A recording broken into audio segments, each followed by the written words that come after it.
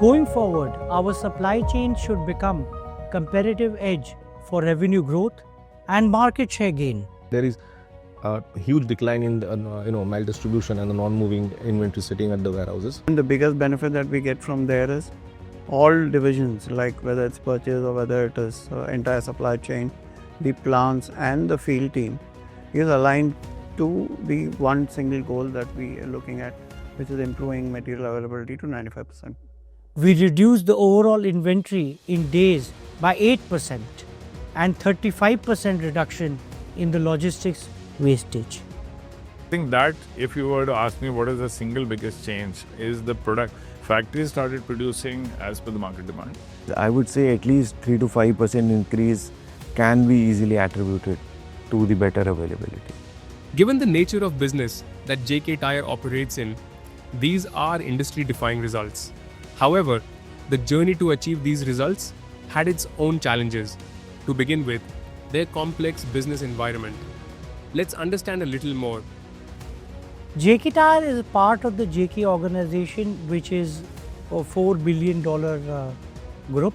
JK Tyre has 9 plants, 18 feeders and 140 depots across the country, and with 800 plus SKUs across multi-categories, making supply chain operations very complex. Being a capital-intense industry, capacity utilization is very critical, and it is always a challenge to make the right product available at the right place and at the right time. We used to face a lot of challenges like the stock availability on time. So in some locations the stock were too high, in some locations they were stock out. Impact was locking of unwanted material at various locations. Then it is adding to the space, taking a lot of space. Then they are going beyond the norms, old code. These were the major issues. The supply used to be around 70 to 80% at best case scenario.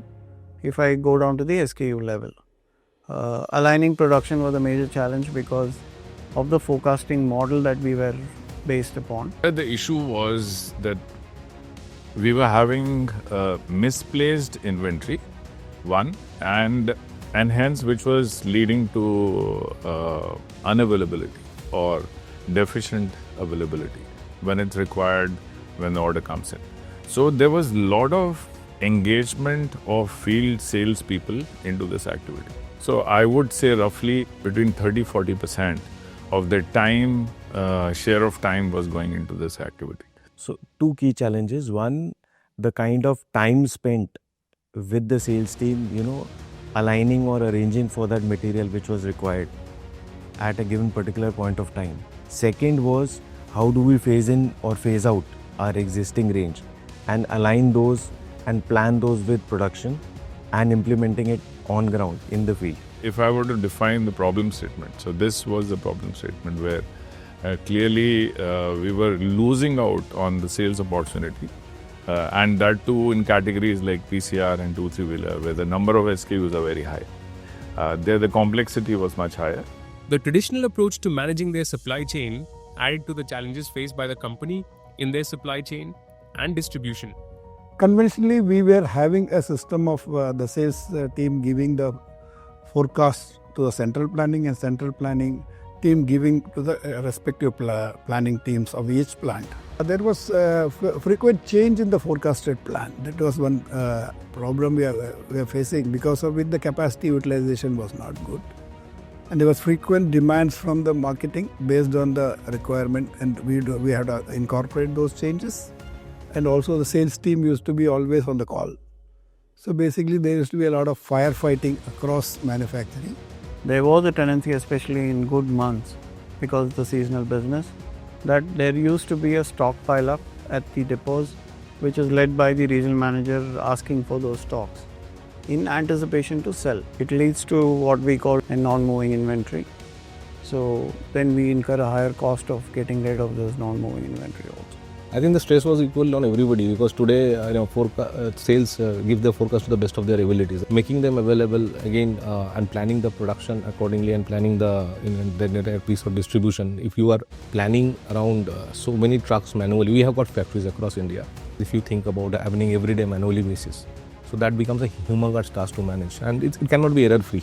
We did try various methods previously also, which were either consulted or even homegrown. But to a certain extent it worked, but largely as there was no change in the framework, overall framework, and hence the efficiency improvement was less. Given the complexity of business and limited success with the traditional method, JK Tyre needed a completely new approach to their way of working. For this, they partnered with Vector to implement a solution that was counter to everything that the industry and company had practiced so far. This major transformation of production planning and distribution was implemented across all 9 plants and distribution network. Let's understand more.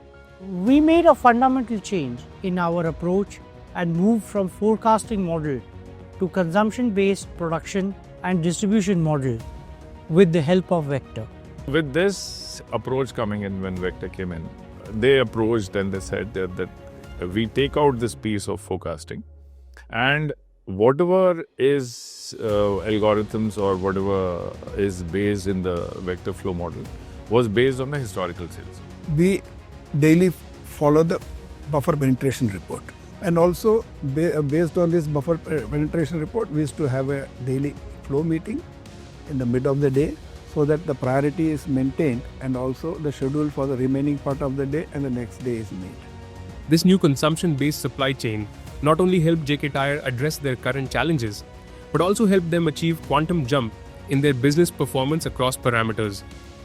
We clearly benefited from better availability of the required SKU across all depot locations, which improved the dealer fill rate, which led to better revenue growth across category with 90% plus OTIF. When I look at my channel partners, they all need to stock the material in advance, or let's say a fast moving SKU. They don't need to keep stock of 7 days or 10 days. They know that the company will provide me material on a daily basis and whenever I want it as per the consumption of his counter. The detention, which we used to pay a huge amount earlier, because there were 50 to 60 trucks every day, there is a detention across all the feeder columns. Now it's almost zero, there is no detention. And there is a huge inventory available at the feeder level earlier. 2 changes which have happened. One is the product factories started producing as per the market demand. The second is the share of time got released from the field team, which they can use in generating demand, going and increasing the reach in the market. Based on this shortfall requirement committee, we also shift between one plant to other plant, which are SKU we want. And we also try to understand where there is actually a requirement of some infrastructure within the plant required. So necessary capex also can be planned for that. Going forward, our supply chain should become competitive edge for revenue growth and market share gain. We should be able to capitalize the improved efficiency for cost optimization, and ultimately all the benefits should reflect on better margins. With this, first thing is the ease of working has come. There's a lot of certainty coming in, and a good teamwork has started between the production, planning and the dispatch team.